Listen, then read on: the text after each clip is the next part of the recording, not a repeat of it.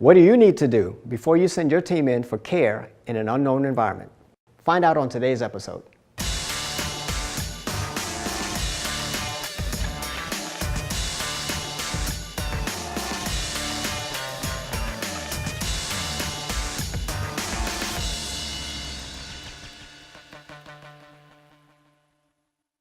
This episode, I'm going to talk about the caregivers and the case managers and the calls that we get. What happens with me in my business, frequently I get a call from a case manager who has a patient who's in the hospital, and maybe the patient has already been discharged, and what happens is they send their caregiver, maybe a live-in nurse, it may be a shift worker, and they get into the home and they find out that the home is so unbearable. Maybe there's hoarding situations going on, there's all types of scum and bacteria, toxins lurking around. And what happened was I got a call from a case manager, and she told me that she had two caregivers and they were about to quit.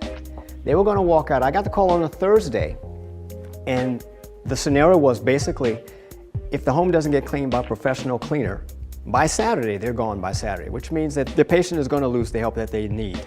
Now, this was a very sticky situation because what we had in that particular house, there was the mother who had dementia, and she was about 82 years old, and the daughter who was maybe about in the 30s, and she had autism. She was autistic. Both of them were hoarders, and they had a love for dogs, so there were dogs, stuffed animals all over the house. And then they had actually two live dogs in the house, but the dogs were in the house and the dogs were relieving themselves also in the house. So this is unacceptable in terms of care. In any environment, it's difficult for a person who is demented or a person who is autistic to be able to manage the control of a healthy environment on their own.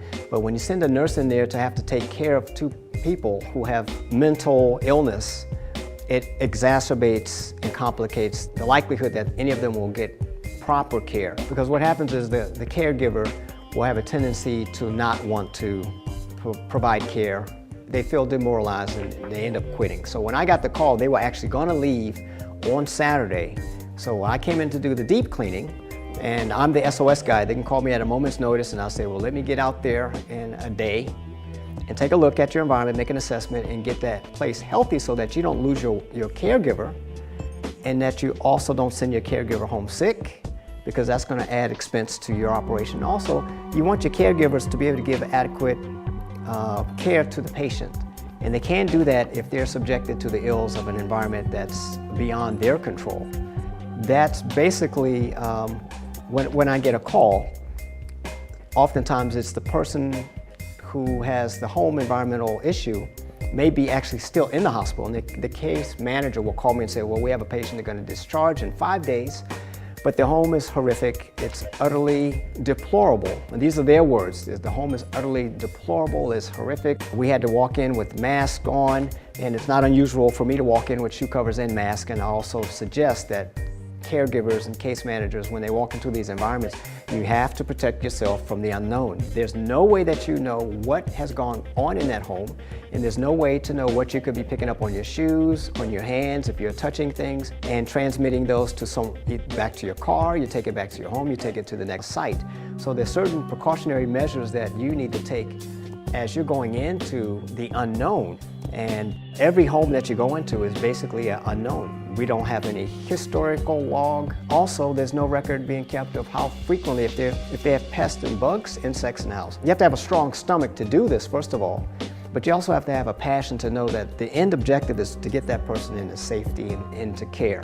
And in order for the nurses to go in and give the best possible treatment and care, that environment has to be safe for them. They should not have to worry about whether they're going to catch disease, whether they're going to be going home sick, whether they're going to go home with something that they didn't encounter on.